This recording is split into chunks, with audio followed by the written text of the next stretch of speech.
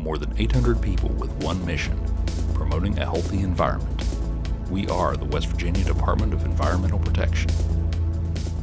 Nintendo 64, Gateway 2000, the big screen TV you bought back in 1992, once the cutting edge of technology, now gathering dust in garages, basements, and back rooms everywhere. Since 2011, it's been illegal in West Virginia to dispose of any TV, computer, or electronic device with a 4-inch or larger screen in a landfill. And that's why, as the DEP's Brent Kessinger recently found out, e-cycling makes so much sense. The parking lot here at DEP headquarters is usually pretty empty on a Saturday morning, but today is an exception. It started out packed, and as you can see, it's backing up again. We've had almost 180 cars go through already this morning, and it's not even noon yet. In all, nearly 500 cars and trucks loaded down with obsolete, unwanted electronics took advantage of a DEP-sponsored free e-cycling event. From computers and TVs to hard drives, printers, tape players, and keyboards, a steady stream of electronic junk kept crews busy, sorting, packing, and loading box after box into a string of trucks. What we try and do is we try and keep everything out of the landfills. We try to keep everything out of third world countries and contaminating the land and the streams and everything out there with this kind of material. That's because besides taking up large amounts of landfill space, old electronics can contain toxic materials like lead, mercury, barium, and cadmium that require special handling. eLoop disassembles and deconstructs these old electronics, breaking them down into their basic components. It's a pretty efficient process, 98% efficient, in fact. We end up with like 2% of everything we collect is landfilled. That's just trash, small bags and little twist ties, things of that nature that we can't get rid of. The majority of it gets recycled, but it gets made into new product.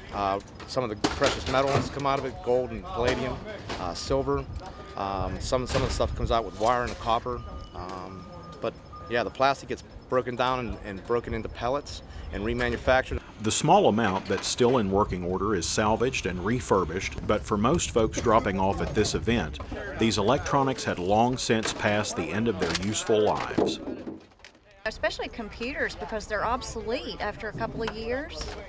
And like I said, I've got two. One is almost 15 years old. It's just been in the garage that, we just had no idea what to do with it. It all adds up. By the end of the day, more than 35 tons of obsolete electronic devices were headed off to the recycling center, making this the most successful electronics recycling event ever held by the DEP. Additional free drop-off days are planned for later this year in other parts of the state. In Charleston, I'm Brent Kessinger for Environment Matters. Last year, 3 electronics recycling events sponsored by the DEP netted more than 50 tons of electronic waste. An update now to the story we told you about earlier this summer. The solar project here at DEP headquarters is now online. We're making electricity and hot water on our roof. We actually have tools that allow us to monitor system performance in real time. And it's something you can do too anywhere you have an internet connection. Something system designers say is a great tool for educating folks about the potential of renewable energy. Anybody who has a sustainability plan or a green energy plan, the more that information can be disseminated through the public, the more the public can be aware of what they can do in good stewardship also to be part of a green plan. Each one of us has to protect our environment, and the stewardship that DEP is doing is a great example for that. We've just put the monitoring software online that will allow you to look in on how we're doing. All you have to do is visit our website and look for the link at the bottom of the homepage, and you can follow our day-to-day solar energy output. The site also has lots of useful information about the amount of energy we're saving. Fallen leaves aren't the only thing that gets picked up this time of the year. The DEP's Adopt a Highway Fall Cleanup is set for September 29th. This is video from last year's cleanup where more than 3,400 volunteers turned out statewide to help clean up over 1,500 miles of West Virginia roadways. The Adopt a Highway Cleanup program is sponsored by the Department of Environmental Protection and the State Division of Highways. You can adopt almost any state-maintained road.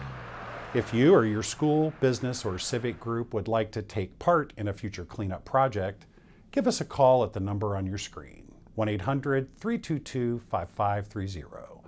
Since 1988, Adopt a Highway volunteers have cleaned close to 70,000 miles of West Virginia highways and roads during the annual fall and spring cleanup events.